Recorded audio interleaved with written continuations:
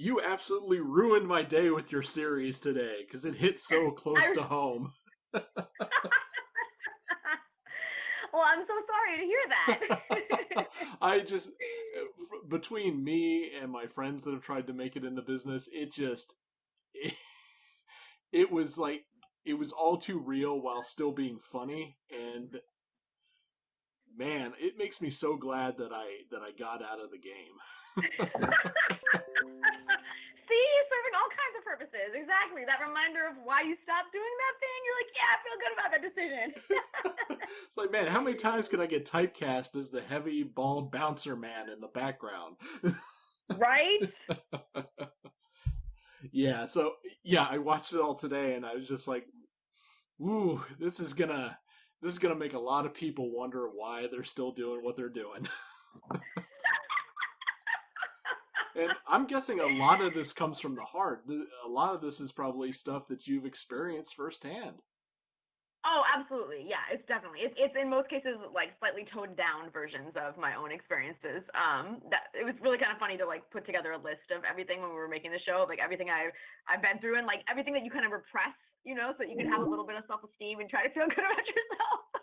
And then when I was like trudging them all up and putting them all on paper, it was like, oh wow, that's a lot. There's a lot there. Uh, Especially when your character was turned down for the audition because you came in too real and too gritty. It's like, isn't that what you want for that role? Oh my gosh, I know. That's so how it goes though, right? It's like conflicting messages. Or what they mean is like real and raw for TV, which means you still have to be really pretty, like while you're being real and raw, even though You even still though need to be an Instagram model, but still be slightly sad. exactly. I have this running joke where every time I get an audition or a script, really a pilot script, and they're introducing characters, with the description, every single female character, like under the age of 65, because apparently once you're 65, then you're no longer able to be a love interest or a sex object, so it doesn't matter. But every character under 65 has some synonym for the word attractive in there. It's beautiful, it's gorgeous, it's attractive, it's stunning, it's girl next door pretty, it's whatever. Like all the female characters always will have some descriptor for attractive. And then the guy is like charming, intelligent, brazen, And it's like, really? Come on. Double standards. Even in the scripts, baby. Even in the scripts. So, what made you want to make this series? I mean, is it catharsism or something else? Yeah, it was a combination of factors. So me and my writing partner Eric, we've been working on a lot of scripts, at various stages with things like that, and we really kind of wanted to create something that we could produce ourselves and see through to the end process and really have that sense of completion with, and then like set it out into the world and share it with people.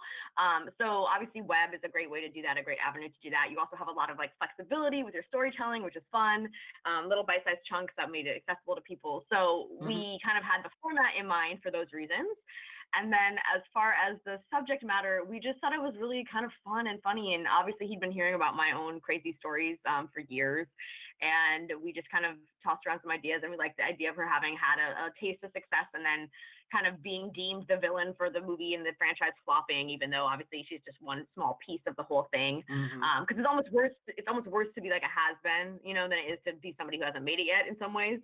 So we kind of liked that idea. And we thought that like it was interesting that there's so many things about Hollywood and acting, obviously, that you see all the time. But I feel like most of them pursue it from this kind of glamorous angle where it's very much people, trying to make it, and it's glamorous and everything's great and sexy and fun, and it isn't really real, So we were very cognizant of wanting to make it raw and real while still being hopefully funny and relatable, even to people who aren't in the industry. So yeah, that's kind of where it all came from. The scene where I think it was the casting director, the the very overbearing woman that gives you a teardown. Have you gone Oh through yes. that actual interaction before while auditioning? Yeah, so that was actually like a meeting with an agency in the Whew. series and in my life as well. And yeah, that pretty much exact conversation happened to me in so many ways. Yes. And yes.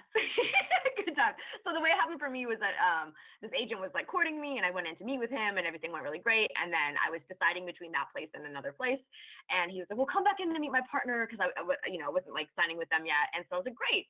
So it was really jarring because he was kind of making the partner seem like a selling point. Come back in to meet her, like you're gonna want to sign with us. And then that's who the partner was, and that's how the meeting with the partner went. And I was like, And then he just said nothing the entire meeting, like just looking down, eyes downcast, and trying to pretend like he couldn't see me. So yeah, I really did have an experience very similar to that. Wow. Which was very interesting, to say the least. I sat in on an acting class a couple years ago because my friends were at it, and I was just going because I wanted to ask the teacher a couple questions, and just listening to how she just insulted her students based on their immutable qualities. I mean, you can't help that you're tall or short or maybe big boned or whatever. Like she's just ripping into them about these things they can't change without extreme cosmetic surgery. And I thought, why are you all paying for this fucking shit? Oh, without a doubt. There's so many acting teachers like that would rather just insult you and make you cry than make you a better actor. And most of them are failed actors, of course. And it's such a weird dynamic. I remember I did this thing through SAG, actually through the union one time, where it was like to help you like kind of zero in on your branding and how people are perceiving you, to make it easier for like, headshots and all that kind of jazz. And the exercise was for you to sit in the middle of a circle in a chair while everyone just shouted adjectives at you or like types at you. And it was horrifying. I mean, because it was very much kind of like what you described, which is like people like slanging insults or like stereotypes or whatever at you, and it was like, oh my god. And that was the last thing that I went to with them. You know what? I'm not gonna take advantage of these lovely educational opportunities right now. I think I'm good. But there's just it's a weird industry, right? Because so much of it, or a piece of it at least, is how you look and your type, and we're able to be judged on that, where that's totally inappropriate in pretty much every other industry, right? There's no, you can't be discriminated by your sex and your race, and you're not getting a job because you're too tall or too short or whatever. So it's really unique in that way that so much of it comes into play, and people just kind of lose sight of basic human decency sometimes and the way that we treat each other, which is, definitely a pervasive theme, When I got cast in something with my wife, and the reason they cast us at all is because when the production assistant came over to do some test video with us, he liked me because I'm inadvertently goofy, even though like I have a very strong and menacing physique. There's just something about like just when I'm being natural in my home, it's just goofy. And he was like, "We can sell you as goofy and dumb." I was like, "Okay," and then your wife can just come along. I was like, "Okay." It was for reality television. I was like, "Oh, I just made myself look stupid in front of fucking millions of people just because I just wanted to be in the industry." I was like, fuck. Right, and because that's somebody's like random 2-second take on you, right? Like, oh, perfect, you're the goofy dumb guy, go, and then that's like what you get typecast as, like forevermore or whatever, at least for a chunk of time. So that was it. Then I was just, I'm done. I'm out. I'll just go back to being a journalist. Right. You're like, I'll take my rejection in the form of writing instead of face-to-face criticisms and insults. Let's do that. The filming for this, since it is kind of a micro series, did you do everything back to back, or did you kind of span this out over several months? No, we did everything back to back. So I think we had 8 or 9 days of filming. Yeah. And we had amazing locations that a lot of my friends were generous enough to donate to us. And so we were really lucky in that way. But yeah, we basically filmed it, like a 2 TV series really, just back to back to back, and pumped it out. What was the most rewarding thing about this whole experience for you? I definitely think stepping into the writing and producing and directing side, what's amazing about that is just the amount of control and autonomy you have. Because as you well know, since you were in this industry, there's so much of what you do as an actor where you just feel so incredibly powerless. Because so little of it is up to you. Everything from like what they're looking for to whether or not you get the audition, to whether or not you get the part, to the quality of the project when it's all said and done, to whether or not you get cut out. Like so many of these things have nothing to do with you and nothing to do with your performance or your talent or your work ethic or anything like that.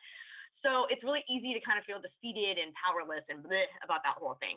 So it's really been satisfying to step into the other side of things and really have control over both how I'm seen and what I say and the role I'm giving myself, and also how I treat people, you know, the set that I create, the environment I create. It was really amazing to create an awesome cast and crew and like gather us all together and really have like the joy of why we do this, because you gotta love it or you do something else, you know what I mean? You have to love it. And so that joy was like so present on the set. We had such an amazingly good time. It's been really gratifying to treat people with respect and really create that environment on my set that I wish was there all the time for me, and like do the little nice thoughtful things I wish were done for me as an actor. So that's been really gratifying and really rewarding. Since you did get your time behind the camera, did you see yourself viewing actors differently, more as tools and people, or more than people than tools, or how did what was your outcome of that? Yeah, I think the great thing about this is that the more you're able to learn about this industry, about all the various components and positions that go into it, the better it makes you at whatever it is you're doing. You just kind of become a more compassionate, a more knowledgeable collaborator, which is fantastic. So like directing makes me a better writer, and acting makes me a better director, and all that stuff. And so being an actor and having an acting background really helps when working with actors, because I know firsthand exactly what they're going through. It's also been really fantastic to be on the other side of casting, and all those adages you hear casting directors say about the things that are annoying or why they don't work or this, that, and the other, that you're like, yeah, okay. But then when you're seeing it firsthand, you're like, oh, I totally understand that from a different perspective now, why that's important or why that bugs people or whatever the case may be. So it can be a really educational experience as an actor to cast a project. I definitely recommend people do that, because it is really a good learning process. So I definitely think having that acting background just helps me in all kinds of ways. And then the more that I learn about the other things, the better an actor it makes me. Do you feel like you're going to continue acting as your main pursuit, or do you feel like you're going to start becoming more of that the filmmaker type? Yeah, I've kind of been, doing both for the past few years. So I definitely think I'll continue to do both and see what opportunities arise. I think my ultimate goal, would be to be a writer creator, to have my own show somewhere, to, be on FX or HBO. As a writer creator star, that would be my ultimate dream. But yeah, I'm totally open to seeing where things go in many different ways. It's nice to have multiple things that you're juggling, because there's more opportunities available to you. So yeah, not planning on stopping anything for the moment. We'll see what happens. Do you feel that the studio model is still going to be the biggest component for filmmakers and actors going forward, or do you feel that social media and YouTube and Venmo and stuff are going to start becoming the more dominant? I think the studio model is going to remain dominant, because it is where the big projects are going to lie. However, I think that what's really great about the time we live in right now is that there are other avenues to get your work out there and to get your stuff seen and to just be able to take control and do something on your own. So, and in that, with having done that, there's multiple shows that have started on the web that have gone to Comedy Central, to HBO. I mean, Insecure started as a web series, High Maintenance started as a web series, Broad City started as a web series. So there's definitely an avenue and opportunity for something great to come of that. And rather than waiting for someone to say yes and, auditioning for Hot Girl number 17 18 times in a week, it's a way to take a little bit more control and do something a little bit more proactive. So I think the great thing is that there is an avenue. There's still gatekeepers. There's still obstacles, obviously. You still have to get your work into the right hands and get the right people to see it. And I still think that studio model is going to remain. I don't think it's going anywhere. But it's nice that we do have these alternative ways to try to break in and get through now, which is really nice. If you don't mind telling me, what was the best audition you think you ever had, where everything just felt right, but you still somehow just didn't get it? Oh, there's so many like that. And usually it's because okay, well, what happens in this world, especially during pilot season, is pilots, they're just trying to get names in those roles, right? And so they have a short list of stars that they're reaching out to for the roles, but the stars don't audition. They're offer only. So what happens is you become if you're an actor that the casting knows and they trust, and they know you come in prepared and you do solid work and they like you, they bring you in just to see somebody do it, who's going to do it well. But like, you never really have a chance, if that makes sense. you might have a tiny, tiny, tiny chance, but chances are they're going to give it to a name no matter what. So that happens a lot. So like you kind of know when you're going in that you're just going in for the off chance, whatever, or maybe they're going to put you in a smaller supporting role for something else, or just to maintain that relationship with casting. But that happens a ton. So there's been pilots that I'm like, oh, I would kill for this role, but it obviously ends up going to a name. I knew that was probably going to happen anyway, but at least it's fun to audition for it. The thing that sucks is like when you have really unique moments that you carve out, and then you see the person who books it with taking those moments, and you're like, oh, because that happens in casting. I mean, I've even been guilty on the other side of giving those notes to people, and you're like, oh, that thing that they did, that was great, and so they take your stuff and give it to somebody else. So that can be a bummer for sure.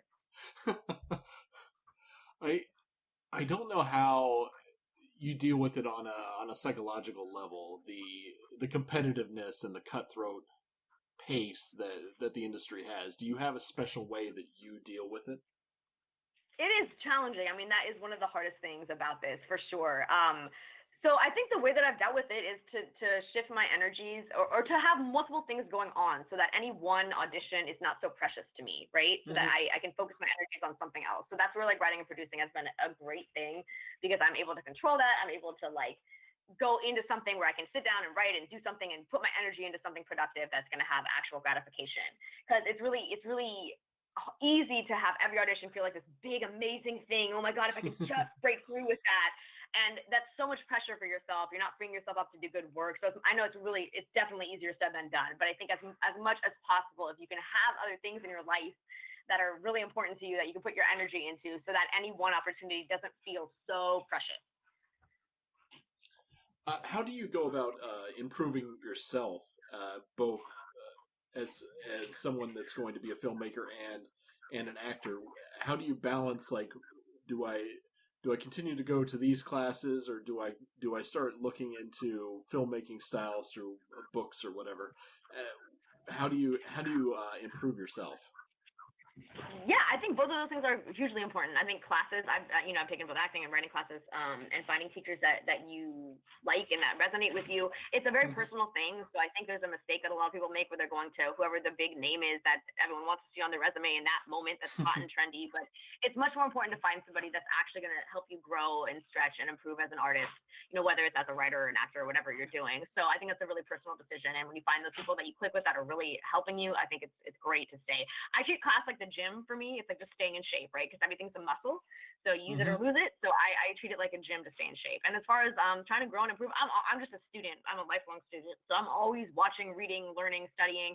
Even when I'm watching entertainment myself, just as a viewer watching entertainment, I'm still studying everything. I'm studying the shots, I'm studying who directed it, I'm studying the acting performances, and I'm studying all kinds of stuff. And that doesn't diminish my enjoyment of it. If anything, it makes me appreciate all the little things that maybe I would never notice before. So I think being a student and always being a student and always trying to grow and learn, because there's always so many things to improve upon, so much to learn. How do you think Hollywood is going to change after the whole lockdown and everything? Because I know there's a lot of people that have probably gotten discouraged and left, but at the same time, there's probably going to be a lot more people that surge in trying to follow their dream. How do you think this whole pandemic is going to affect the whole environment of the entertainment industry? Yeah, the $1 million question, right? It remains to be seen. I mean, there's so many things floating around right now. It could go so many different ways. So I think you're right. I think one thing that's definitely going to stick around for at least the foreseeable future is self-tapes instead of in-person auditions. Self-tapes are already super standard in the Southeast market because they're covering a large area. So that market is like ahead of the game. That's how they cast everything. But you're going to see a lot more self-tapes in New York and LA as well, because it's just going to be easier, and then they're going to fall into the habit of doing it. And obviously we can't have in-person castings right now, so I think that's going to be something that sticks around for sure, which is good and bad, because it's going to open it up to way more people, but then more competition, so it's good and bad. As far as how the industry, like what the filming is going to look like itself, I mean, I have no idea. I've seen so many weird things thrown around, as far as like having plastic shields up between actors, like until the last moment, and like, I don't know. I'm really hoping that those kinds of things are not going to be in effect. I feel like there's a better way to handle that. I'm not sure I'm that have exactly what it is, but I don't know. Hopefully it won't be something that's too cumbersome in terms of like actors being able to connect with each other and give a performance, you know what I mean? Like hopefully we can find ways around that. I'm also hoping that it's not going to be the end of like your average working actor in terms of a lot of these things we're talking about, just eliminating your supporting roles, like eliminating the small roles in film and eliminating the guest stars and your co-stars on TV to try to keep the cast small. So that would be a bummer for sure, but we'll see. I think in any great crisis, there's also innovation that happens. Mm-hmm. So hopefully we will have some good things coming out of this as well. But yeah, to answer your question, it's a really long way to say I have no idea. No one does, unfortunately. Every actor is going to be in a green screen booth just recording their parts, and then it's just all going to be just put together at the end. Right? I mean, seriously. Everything's going to start looking like a Tim and Eric sketch. Exactly right. Yep. I would love to see a big budget movie just filmed that way, just because they had to. They had to get it out that year. They were tied to whatever market they were trying to sell it to, right? And they just rush it out. We're making this work. Yeah. Hell or high water, and that's what they come up with. I know, it's funny. I mean, there was an episode of I think it's a CBS show called All Rise that did like mm-hmm. a Zoom episode, which was interesting. I checked that out. So, I mean, I don't think anybody really wants to watch like all of their TV that way. But I applaud them for doing something. Yeah, right. But I applaud them for doing something interesting and making something happen and trying things. So I think that there'll be experimentation for sure, because everyone's just going to try to see what works and what doesn't, and it's going to be a lot of trial and error.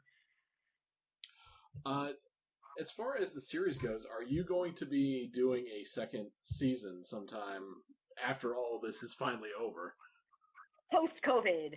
Dun, dun, dun. Yeah, the $1 million question. We are totally open to doing it. We created this kind of just to serve as a calling card for us and an example of our POV and our style and whatever, and to get it out there and see what happens. So I don't think it's something that we would self-fund again or do another Kickstarter or whatever for. I think it's something that if somebody wanted to throw us some money, we'd be like, yes, we will do this. We also have, are open to adapting it to a half hour. So yeah, we'll see. We would, we have so many, we actually have episodes that we wrote that we weren't able to film just because of budgetary reasons for the first season. So, and we have so many ideas for Grace. I mean, there's so many places you can go. So we definitely would be open to doing a second season if circumstances were, if it aligned, if the stars aligned and everything worked out. My last question, for those up and coming actors or those people that are looking to get into the industry, what would be, let's just take COVID out of it, just completely forget it happened. What would be your words of wisdom to those people that want to break in? Yeah, so I think you have to be committed. I mean, you have to love it and know that you want to pursue it and know that it's not going to be easy. There's going to be lots of challenges. And then I just think you have to do your research as much as you can and control the things that you can control. There's so many things you can't control, but you can control your own work ethic, the amount of time and energy you're putting into it. You can control whether or not you're in class, whether or not your materials are up to date and your headshots are good and your website is looking nice. You can control the things you can. And I think that's the best advice I can give. I know that's really unsexy advice, but I think people often come and they get caught up in like I'm just going to be a star, and they expect things to happen and they're not really doing anything. And so I think there's definitely value in like doing those tedious things and taking care of the really basic stuff to make sure that when opportunities arise, you're ready and you're good. Is the series only available on Vimeo, or is it on other platforms as well? Oh yeah, so it's on YouTube, it's on Vimeo, okay. It's on Amazon Prime. It's I think that's where those three for now. Yep. So when people go to search for it, should they just search by the name, or do you have a specific channel that you want to drive people to? Yeah, they can totally search by the name and it'll come up. But yeah, probably YouTube would be the best. So it's just youtube.com. It's the way they do their custom channels is kind of weird. So it's youtube.com/C/Disgraced the series. Okay. Perfect. Thank you very much, Victoria. I was looking forward to this ever since I watched it earlier today, and it got depressed, but then also laughed. Good. Exactly. That's what we're going for. Make you depressed, but also make you laugh, and then cycle all the way through, right? You're just pulling the knife out inch by inch. It's like, maybe this wasn't a good idea. I love that. I'm gonna use that somewhere. I called him out today, and he said, "You ruined my day. Your show ruined my day." I love it. Good time. All right. Thank you very much. I look forward to see. I really would like to see a second season, even if it's just in those 4 or 5 minute chunks. There's just Yeah. you pack so much into each one that when I reached the end, I was like, "You got to be kidding me! That's all." I know, I that was the feedback we've gotten the most common. It's like, well, we want more. Why they're so short? Give us more. And I'm like, you guys, I would love to give you more. like But these things that's cost money. a good problem to have. Right, exactly. That's a good problem to have. Yeah, we really tried to make them, pack as much as we could and keep it interesting and be creative with it. So yeah, we tried our best. Yep, you did a great job. I really Thank you. appreciate it, and thank you again. And I wish you all the best. Oh, thank you so much. It was so great talking to you. Thank you. You have a good evening. You too. Thanks. Bye.